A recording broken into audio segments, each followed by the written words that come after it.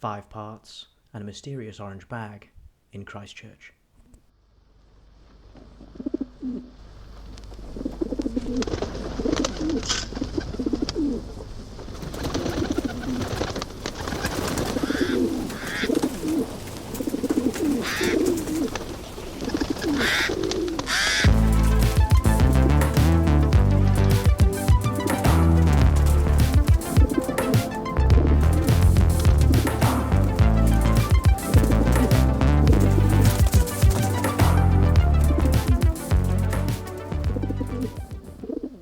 Christchurch, Dorset, England. You can't visit Monaco every week, and I'm sure this coastal British town has a wealth of stories waiting to be heard. If it's as good as their town motto, we're in for a treat, so let's take a knock on the local businesses and see what makes it tick. The all-in-one laundry pod was the last nail in the coffin for Norman's British laundrette, whose Norman clientele haven't been around for 8 centuries. Hairdressers, nail salons, and a dog groomers suggest the last remaining currency in this town is beauty, on top of a prescription of caffeine. Despite the beautiful architecture, the town is hardly buzzing with activity. Houses and shops are up for sale, and the streets beckon you to nowhere. Perhaps its Hallmark Bridge might give us an appealing view of the town, and then, at the very least, it will take us out to the old fishing village of Mudderford, where a ferry can take us on a short hop to a beautiful cliffside walk. This truly is Britain at its finest.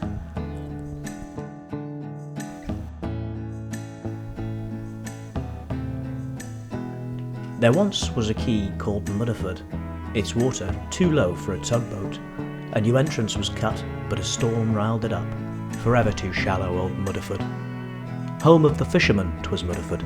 When the fish weren't worth it, came smugglers. Back in 1784 did they fight a brief war, a relief to be killed in Mudderford. There still be boats left in Mudderford, for rotting or sailing with clubmen. Where once was a lot, now crabs, all they've got, the women and children of Mudderford. Out from the deeps of Mudderford comes a man, orange-hatted and club-footed, chats shit quite some sound, a ferry he's bound. But the ferry is cancelled in Mudderford.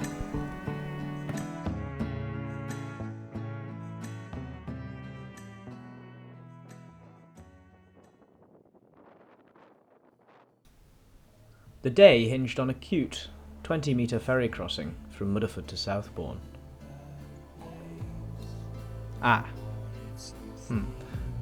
With the ferry cancelled, we had nothing left but the pub.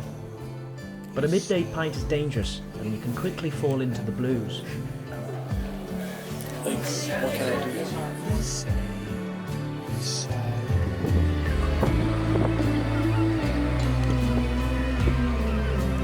I was kind of waiting for something to happen rather than going out and finding it. Yeah. Reluctantly, there was one solution.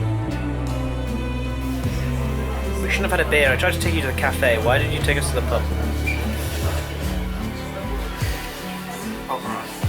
Pub.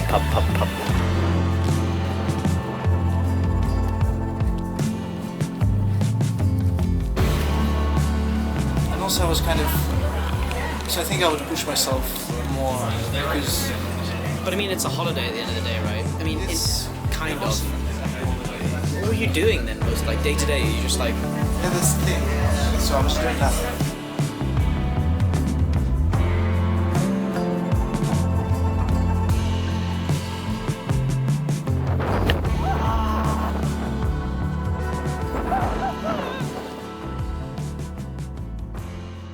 That was very dramatic, wasn't it?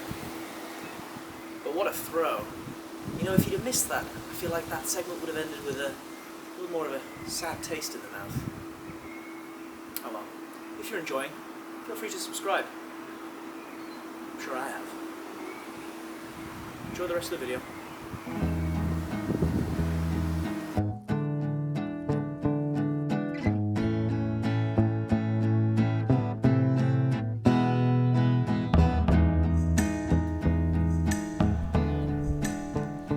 Without a beer in the belly, I wonder how one might find the desolate wasteland of the beach so enjoyable.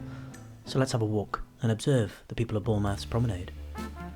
For those willing to shell out £500 a month, you get a luscious 0.25 metres squared on the shore of Southbourne Beach, capable of what seems limited to drinking tea and looking fairly smug.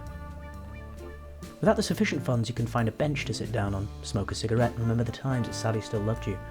Those more enterprising might look into the sands of time for treasures and a down payment, or for the same money buy a kite that's both incredibly difficult to set up in the wind, but only useful when it's present. Perhaps the beach serves as an enjoyable reminder that nature outlasts us all. Man-made structures are lost and embarrassed by the sands. To embrace the wave is the only way to show that Mother Nature is your bitch, even if it means begging for the swell on your knees. I guess it's just quite impressive, isn't it?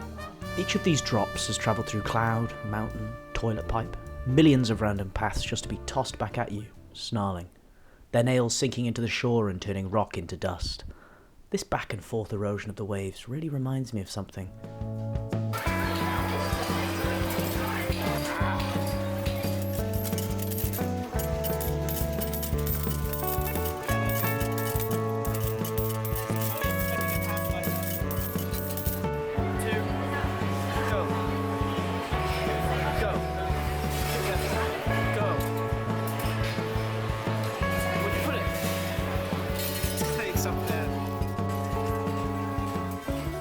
Like any gamble, the day had had its ups and downs.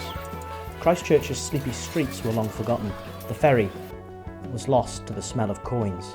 But as we left and looked into the absurd, I realised I had an uncomfortable feeling that I'd forgotten something. That testicular orange bag I'd been carried around all day held some secrets. A quick change, and I was ready.